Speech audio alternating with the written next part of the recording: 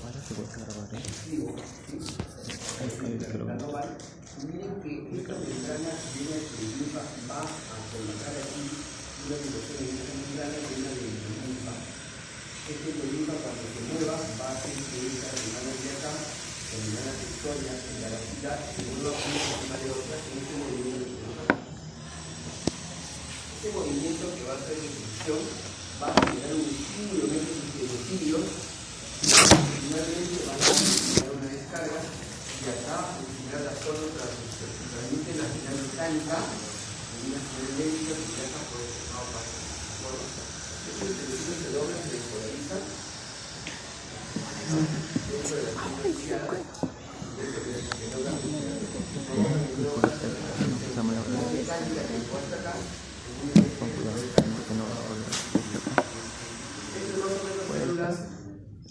ciliadas externas, células ciliadas internas. Ahí está la membrana victoria, la membrana basal o basilar, el ganglio espiral y finalmente el segmento nuclear. Miren cómo el movimiento es hacia arriba y hacia abajo, lateral, de manera que estos ciclos se van a estimular. Una vez que se estimule de manera adecuada, se van a generar estos electrolitos, sobre todo el sodio y el potasio, concentrada de cálcio, seguramente van a originar que se liberen en los transmisores de los glóbulos. Este glutamato finalmente estimula estas situaciones para que puedan llevar el estímulo al área correspondiente. Cuando viaja finalmente primero el sonido, recuerden que está en el octavo par está a nivel de la protuberancia, ¿no es cierto? A los núcleos cocleares y dorsales que son por el encéfalo, que les van a proyectar a qué folículo van desde el encéfalo al folículo inferior. ¿A qué cuerpo geniculado van? Del tálamo al cuerpo geniculado medial, lateral iba en la dirección. Después de que pasa al cuerpo geniculado medial, va a ir al área conectada con el corriente, 41-42 y 21-22 del cuerpo. Entonces, todo el recorrido de todo. Ahí tienen ustedes la tarea de la evolución, tenemos el aparato de separar, como indica primero a la protuberancia, finalmente termina en los folículos superiores antes de pasar al tálamo y luego pasar a la corteza. El área por el pequeño 42, área del 22 que tenemos circulando los personas de la corteza. Y este es un trazado de lo que se puede ver cuando hay una audiometría. La audiometría es finalmente la prueba máxima para ver cuál es la sensibilidad de cada audio. Esto es básicamente la parte nerviosa de la percepción auditiva. ¿De acuerdo? Aquí tenemos en el tenemos también el octavo par pero tenemos un aparato adicional. Este aparato se llama de los conductos semicirculares, que son los de acá, uno superior, uno anterior y uno posterior. Son tres conductos y dos órganos autolíticos que se llaman líquido de sacro.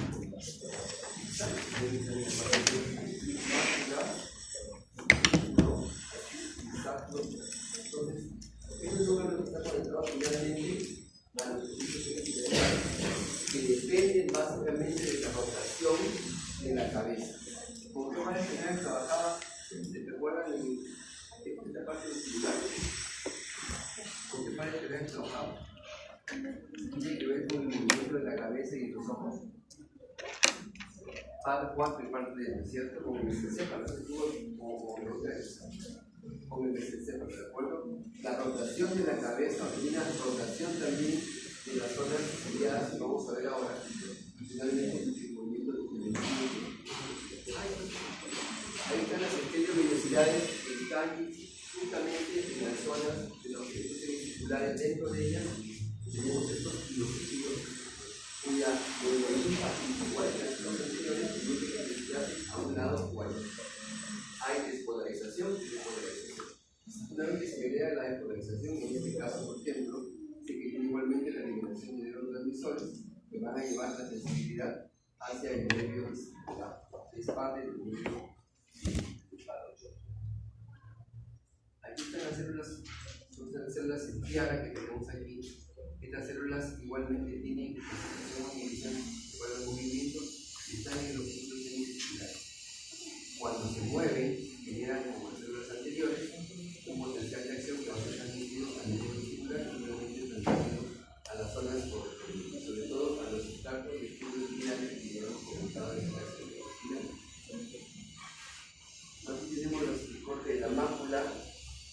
parte tenemos el corte de la cresta, que es más prominente de la mayoría de los cilios.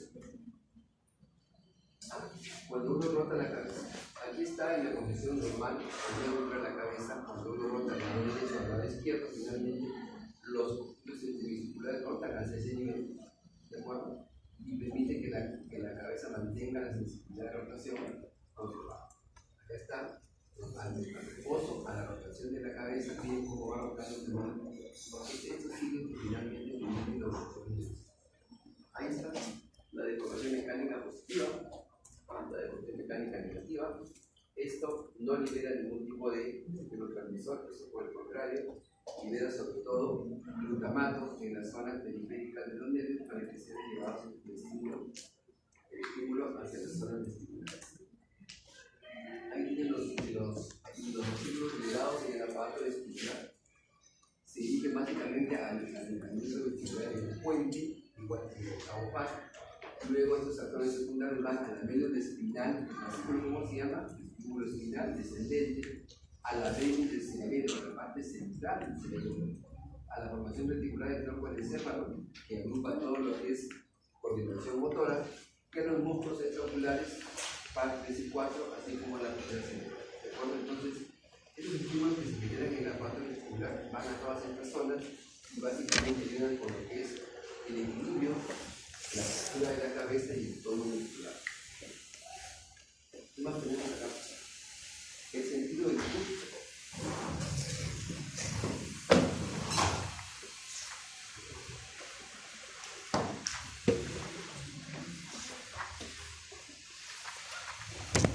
A ver, ustedes consideran que antes de que uno ingiera alimentos debe pasar por una preparación. Primero, debe estar bien hidratado. Segundo, debe estar saliva. Una secreción pre-ingesta de alimentos es necesaria. ¿Qué parece que tan saliva que voy a contar este examen? 7, 9 y 5. ¿De acuerdo? Eso es principalmente. 7, 9 y 5 tiene que ver con la infección cerebral.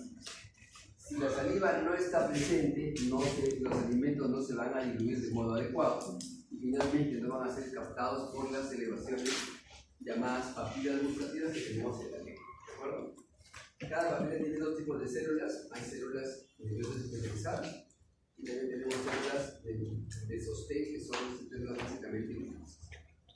El segundo grupo de células, cuando están las dos, son las células receptoras que van a llevar el estímulo hacia las zonas de la célula. Ahí están, miren los bulbos de cada uno. Esto es un receptor gustativo. Tiene células receptoras que forman estos jueguitos que tenemos acá, que son rectangulares. Y células de sostén o de soporte, que son estas de un color más claro. ¿De acuerdo? Cuando reciban el estímulo de alimento, van a traducir la señal y la van a llevar a qué pares, ¿se acuerdan? El PAN 7, el PAN 9 y 10 y el PAN 5, ¿de acuerdo? Aquí también están los sabores, donde es que se perciben mejor. El sabor dulce, el sabor ácido, el sabor salado y el sabor amargo. Cosa que tienen que ver con los sabores. Entonces, esas zonas para que puedan recibir el sabor. Bien, entonces, recuerden que también los niños, quien tenga niños, ¿qué pasa? Al niño le acerca la cuchara, toca los labios y le bota la comida. ¿Por qué? Porque tiene un receptor gustativo en los labios, en el techo de la boca y rápidamente puede captar el sabor. Estas papilas se van desgastando con el tiempo, se degeneran. Ya saben cómo es una papila, pero estas papilas, ¿dónde son más abundantes? Son más abundantes en la zona posterior, que en la anterior son un poco menos evidentes. Ahí tienen el sentido del gusto, tres tipos de papilas: la papila foliada, la papila fugiforme y la papila caliciforme posterior. Esta caliciforme posterior tiene hasta 300 corpúsculos del gusto. La de adelante tiene 5 a 10 y la de acá tiene también muy pocos corpúsculos que tenemos aquí. Se ve el corte de lo que hemos hablado de la caliciforme. Ahí desencadenan las glándulas de Ebner que tenemos en la parte posterior, tienen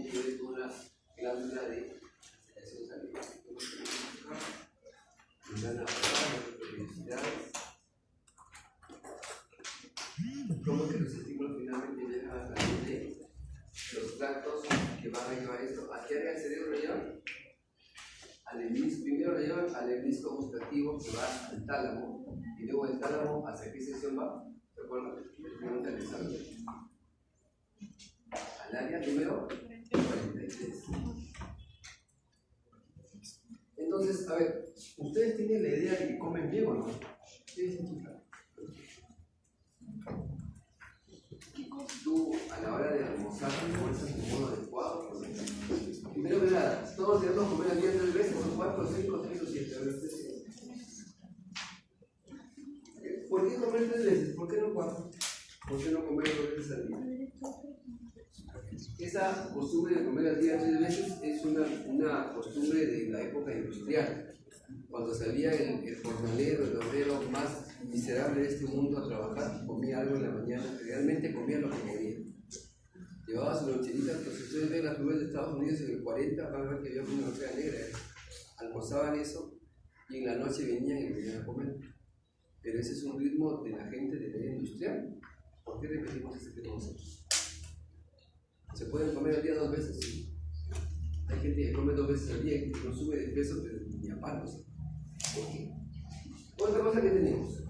Cuando comemos generalmente, ¿qué sucede? Ustedes mastican la comida de modo adecuado, pero sí.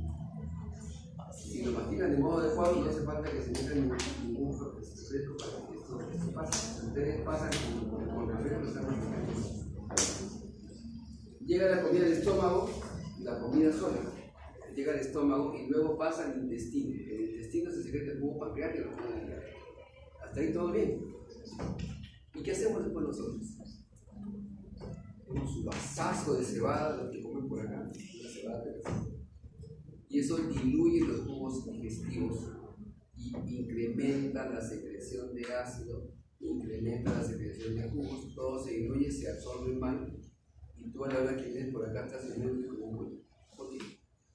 Tu tubo digestivo se esfuerza contra esa dilución que ha generado con tu vaso de fresco y tu digestión es mala, subes de peso comiendo lo mismo, haciendo la actividad mínima ahí. ¿No? Comemos relativamente mal. Bueno, aquí hay el sentido de gusto. Si ustedes quieren comer, a ver algo en la noche, ¿hasta qué hora lo puedes comer? 7:30 de la noche. Yo como más allá porque a esa hora el sistema parasimpático dijo chao. O sea, tu pollo de la brasa de 10 de la noche se queda hasta el día siguiente en tu estómago absorbiendo toda la grasa. ¿Quieren ustedes aprovechar mejor el sabor de la comida? ¿Quieren sentir mejor el sabor de la comida? Sí, hay una manera. ¿Qué hacen? No, antes de comer. ¿Cómo levantas todas tus papilas gustativas para comer y saborear la comida? No. ¿Cómo las levantas? ¿Cómo las prendes? ¿Las pones a 100%? ¿Tú tienes cara de hacer todo? ¿Con hielo y limón? Estimula las papilas, las estimula el vino. Tomen una copa chiquita de vino y luego de 10 minutos coman. Y ustedes hagan la prueba. Coman su menú de 5 lucas por acá, sin nada, y coman en su casa la comida que les hace su papá, su mamá, etc. Ahí coman una copa de vino. En 10 minutos y coman. Sus papilas van a estar mucho más estimuladas. ¿Vivimos esclavos de esto o no?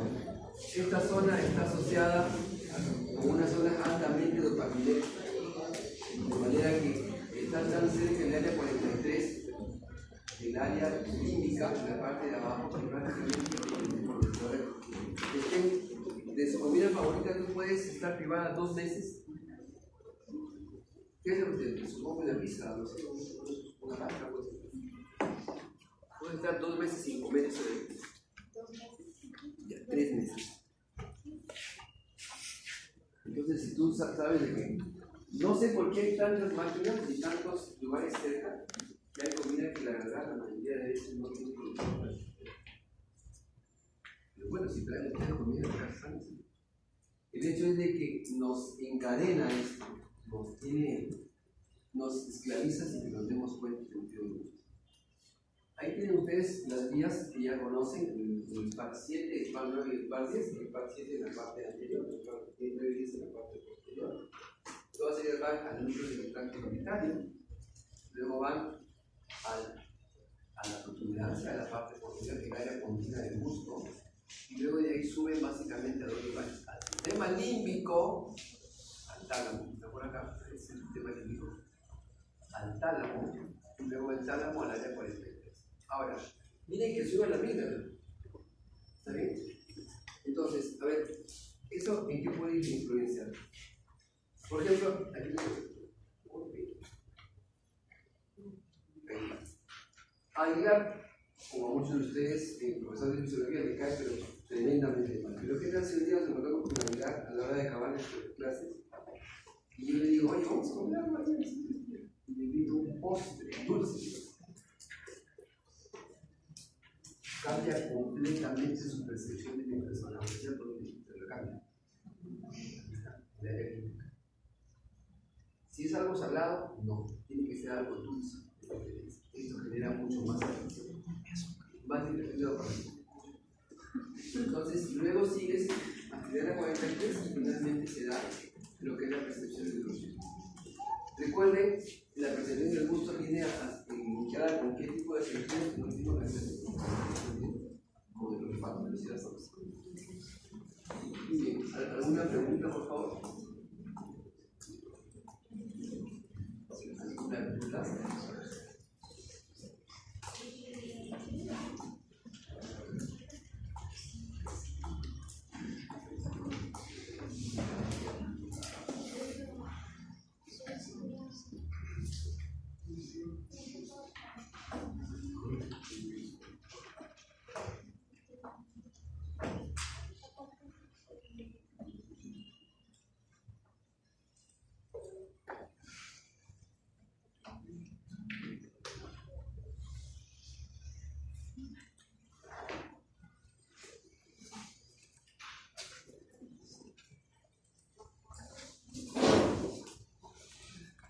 Bien, pasamos al sistema endocrino. En el sistema endocrino, ¿cuál es el órgano fundamental que regula la respuesta de toda la hipófisis? ¿Se acuerdan? ¿Qué decimos eso? ¿Quién regula la respuesta de toda la hipófisis? ¿Se acuerdan? ¿Quién la manda a la hipófisis? El hipotálamo. ¿El hipotálamo cuántas hormonas produce? ¿Recuerdan? Produce 9 hormonas. ¿Cuántas produce la hipófisis? Produce 7 hormonas. ¿Cuántas son en total? De las conocidas, no digo que sean todas, 16 hormonas que tenemos que ver en todo lo que es el capítulo de ¿cuáles son las diferencias entre el sistema nervioso y el sistema endocrino que vamos a ver acá? ¿Se entiende? En el sistema nervioso tenemos neurotransmisores, en el sistema endocrino tenemos hormonas. El neurotransmisor actúa localmente en la sinapsis, la hormona actúa localmente y también a distancia, ¿de acuerdo? La célula diana de la célula nerviosa, la célula nerviosa es el tejido muscular, célula glandular y otras neuronas.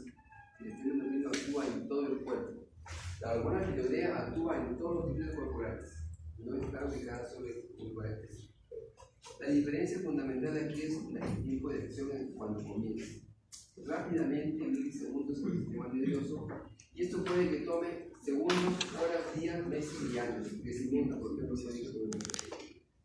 La duración de la acción es breve, y aquí la duración de la hormona generalmente de segundos a días. Entonces, es una hormona que es una sustancia producida por el tiroideo y es vertida a la sangre en pequeñas cantidades, ejerciendo su acción sobre todo a distancia. Esta clasificación de las hormonas tenemos hormonas tiroideas, aminas, péptidos, proteínas y glucoproteínas. Clasificación desde el punto de vista químico. ¿Para qué me sirve una hormona? Y miren ahí también la diferencia que tenemos con un neurotransmisor. La hormona sirve para funciones más grandes que invocan a más de un sistema. Quiere decir, composición química y volumen de medio interno, por ejemplo, la hormona antidiurética, metabolismo del equilibrio energético, por ejemplo, la insulina y glucagón, contracción de las fibras del músculo cardíaco, por ejemplo la ventricolina, secreciones glandulares, por ejemplo la ventricolina, algunas actividades del sistema inmunitario. Entonces, tiene varias funciones, inclusive si debemos colocar una, crecimiento, desarrollo y diferenciación de todos los tejidos corporales. Inclusive ayuda con lo que son los ritmos circadianos, sobre todo la melatonina que hemos comentado, y regula con la operación del aparato reproductor en hombres y en mujeres. Las hormonas que vamos a ver son todas mentiras. Hay varias hormonas más que no podemos ver ahora. A ver, una de las más importantes, ¿cuál es? ¿Cuál genera la producción de sangre en el organismo? ¿Se acuerdan? Como vimos en la primera clase, ¿cuál es?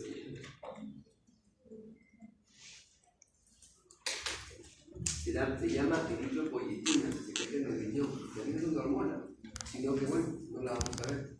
Tenemos otra hormona, por si acaso el tejido graso, el tejido adiposo, es un órgano endocrino. Secreta dos hormonas, leptina y adiponectina. El corazón secreta una hormona, ¿cuál es? El péptido natriurético auricular. Eso no vamos a tocar. Vamos a tocar básicamente el 16 y algo complicado. Las hormonas pueden producir un efecto local en ellas mismas, que se llama efecto autócrino, y un efecto a su vecindad, que se llama efecto parácrino. ¿Dónde se llama esto? En el islote de Nápoles, en el páncreas. Muchos factores son necesarios para que se toque el efecto hormonal. A ver, ¿por qué tenemos en la paciente mucha pubertad retrasada? Por eso pubertad. Las hormonas están bien. ¿Qué falta? ¿Qué más falta para que se exprese el efecto hormonal? El efecto hormonal es diglútico. ¿La buena alimentación? La nutrición. ¿Qué más falta? La estimulación adecuada. ¿Ustedes creen que un niño que esté sentado con el celular va a ser igual que esté en la calle? Estimulación, nutrición, ambiente psicosocial. Son como 7 variables y también las hormonas para que no tenga error. Así que si ustedes han crecido, y yo también casi un milagro. Sí, porque son varias estas determinantes para que el efecto hormonal se dé. Incluso vamos a ver en hormona de crecimiento que la hormona es normal, pero que el receptor simplemente no se dimeriza para que ejerza la función. Yo conozco pacientes de 9 años, 7 meses, que es el tamaño de la paciente. Le han hecho todos los exámenes y son normales, todos. Lo han llevado a los ojos también nada. No funciona. Y al final hicieron un estudio en la que los dímeros de la hormona de crecimiento no se pegan bien, se pegan solos de ahí, no se pegan juntos. Y solo por esa parte se va a quedar ciego. Bueno, entonces, ¿en qué somos hombres y mujeres diferentes? Básicamente en las gónadas, tenemos aquí ovarios, y aquí tenemos testículos. FSH y LH actúan en ovarios y testículos, el sexo es prácticamente lo mismo, ¿de acuerdo? En todo caso, las secreciones hormonales varían más en el hombre o en la mujer. ¿Qué dicen? La secreción hormonal, ¿por qué varía más en las mujeres? Por la gestación y la lactancia y también la menopausia. ¿De acuerdo? El hombre también le da andropausia, por si acaso, desde los 50 años no se le da andropausia. Entonces, el crecimiento de los hormonas sexuales sucede en todo el mundo. El cambio de carácter también pasa en el varón. Ese es el efecto autócrino.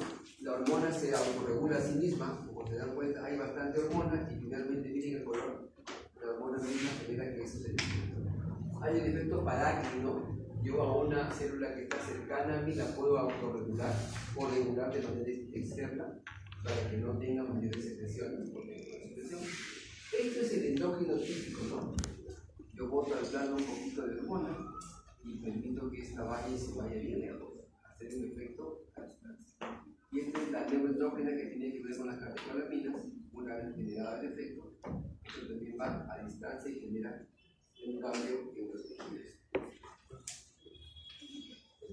¿Hacia dónde se encuentran las glándulas? ¿Cuál es la diferencia entre endócrino y exócrino? El endócrino que hace, uno produce hormonas y las deja en la sangre, dentro de la misma sangre. Y en el exócrino se van al exterior. ¿Qué es exócrino? Todo lo que sea secreción digestiva, sudorípara, las lágrimas, la saliva, porque va a terminar en el estómago. Inclusive el tubo digestivo que tenemos, ¿por qué es exógeno? Porque finalmente los jugos van a acabar en el exterior, porque no se quedan adentro. En cambio, el sistema endocrino tiene esto. El sistema exógeno tiene las secreciones hacia afuera. Sebáceas, sudoríparas, digestivas, biliares, pancreáticas, todas van hacia afuera. En cambio, las endógenas secretan, las células glandulares secretan las hormonas, las dejan en el medio intersticial y luego esto se va a meter en los vasos sanguíneos para luego ser llevados a las caras. Se secretan en cantidades muy pequeñas de espacio. A ver, volvemos. El hipotálamo, del cual ya habíamos comentado, el encéfalo, tiene sus características, es el principal conector entre el sistema nervioso y el sistema endocrino. Pero recuerden que también hay un sistema autónomo y un sistema límbico que dependen de la respuesta hipotalámica. Recibe afluencia del sistema límbico, en la corteza cerebral, el tálamo, debajo del sistema reticular. Entonces, cualquier tipo de conducta que cambie nuestra homeostasis genera una respuesta hipotalámica importante. Hay un fenómeno